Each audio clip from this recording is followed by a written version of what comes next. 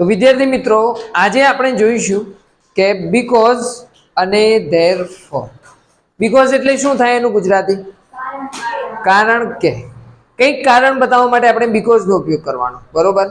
અને તેથી એની અંદર પણ કારણ અને પરિણામ બેનો સંબંધ હશે. એક એક્ઝામ્પલ થી તમને હું સમજાવું કે જેનાથી એકદમ ક્રિસ્ટલ ક્લિયર બને. અહીંયા જુઓ કે બે સેન્ટેન્સ છે આપણી જોડે કે હી કેમ લેટ, તે લેટ આવ્યો. કંઈક કારણ હોય તો જ લેટ આવ્યો હોય. ખબર પડી કે જ્યારે પણ સૌપ્રથમ પરિણામ હોય, શું હોય? પરિણામ એટલે કે રિઝલ્ટ આપેલું હોય અને એની પાછળ કારણ હોય. શું કારણ હતું એનું લેટ પડવાનું?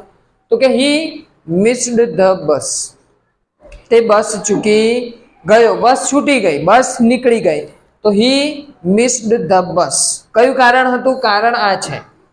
તો કારણની આગળ હંમેશા બીકોઝ લાગે. શું લાગે? બીકોઝ. ધ્યાન આપજો કે હી કેમ લેટ, તે લેટ આવ્યો કારણ કે તે બસ ચૂકી ગયો હતો. હી મિસ્ડ ધ બસ. ખબર પડી? અન્ડરસ્ટુડ? ચલો, સેકન્ડ છે કે ધેરફોર. એ આની અંદર જ ઉપયોગ થાય પણ સેન્ટેન્સ બદલાઈ જાય.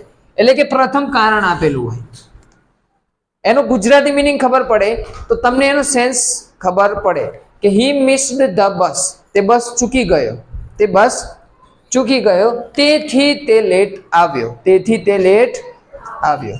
તો ધ્યાન આપજો કે શું આવે અહીંયા? ધેરફોર. તેથી તે લેટ આવ્યો. તો જ્યારે ગુજરાતી ખબર પડે તો તમને બીકોઝ અને ધેરફોર મૂકવાની ખબર પડે, બરોબર? અહીંયા શું છે કે પ્રથમ કારણ છે. શું છે? કારણ. અને પછી શું આવે છે? પરિણામ. સો ફ્રેન્ડ્સ, આપણી જોડે બીજું એક્ઝામ્પલ છે કે I did not come to school. હું સ્કૂલે નહોતો આવ્યો, એટલે કે સ્કૂલે આવ્યો ન હતો. કારણ શું હતું? તમે બીમાર હતા, કાં તો તમે મામાના ઘરે ગયા હતા. કંઈક તો કારણ હશે. ખબર પડી? તો શું મૂકવાનું? Because I was ill. હું બીમાર હતો. ઇલ એટલે શું થાય? બીમાર. ખબર પડી ગઈ? હું સ્કૂલે ન હતો આવ્યો. I did not come to school because I was ill. હું બીમાર હતો. I went to my uncle's home. હું મારા કાકાને ઘરે ગયો હતો, બરોબર? અને જો આને ઊંધું કરીએ આપણે કે આઈ વોઝ ઇલ. હું બીમાર હતો. શું આવે? આઈ વોઝ ઇલ. હું બીમાર હતો, તેથી હું સ્કૂલે ન હતો આવ્યો. તો શું આવે? Therefore. Therefore I did not come to school. So friends, આટલો જ ડિફરન્સ છે કે જ્યારે પણ કારણ બતાવવાનું છે તો બીકોઝ, અને જો તેથી નો મિનિંગ નીકળે તો તમારે શું મૂકવાનું? ધેરફોર. અમે રમી ન શક્યા. We can not play.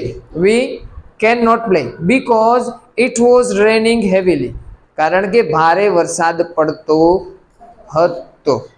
ખબર પડી કે ઇટ વોઝ રેનિંગ હેવીલી એટલે કે બહુ વરસાદ પડતો હતો, તેથી વી કાન્ટ પ્લે. અમે રમી શક્યા નહીં. તમારે શું કરવાનું છે કે સેન્ટેન્સનું સ્ટ્રક્ચર બદલાય, એનું જેવું ગુજરાતી મિનિંગ બને એ પ્રમાણે તમારે બીકોઝ અને ધેરફોર મૂકવાનો, અથવા તો ટૂંકમાં યાદ રાખવું છે. તો જ્યારે બીજા નંબર પર કારણ હોય તો બીકોઝ મૂકવાનો, અને પ્રથમ નંબર પર કારણ આપેલું હોય તો તમારે શું મૂકવાનું? ધેરફોર. વધારે એક્ઝામ્પલ લઈએ તો mister Modi is late. Mister Modi late પડ્યા છે. કારણ કંઈ હોવું જોઈએ? Because he missed the bus. Jatin has won the match. જતીને મેચ જીતી, તે ખુશ છે. Jatin has won the match. જતીને મેચ જીતી છે, તેથી શું આવે? તેથી. Therefore he is happy. તે ખુશ છે. Nitin is ઇલ.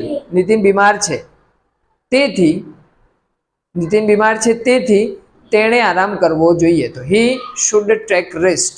He should take rest. તેણે આરામ કરવો જોઈએ. We can't play outside. આપણે બહાર રમી શકતા નથી because it is raining heavily. બહાર વધારે વરસાદ થઈ રહ્યો છે. અન્ડરસ્ટુડ? કે જ્યારે પણ બીજા નંબરનું કારણ હોય ત્યારે તમારે શું મૂકવાનું? બીકોઝ. અને પ્રથમ નંબર પર કારણ આવે ત્યારે શું મૂકવાનું? ધેરફોર. અથવા તો તમને ગુજરાતી કરતા આવડે છે, તમે ગુજરાતી કરો તો એનો તમને થોડો આઈડિયા આવે કે આ સેન્ટેન્સ શું કહેવા માંગે છે.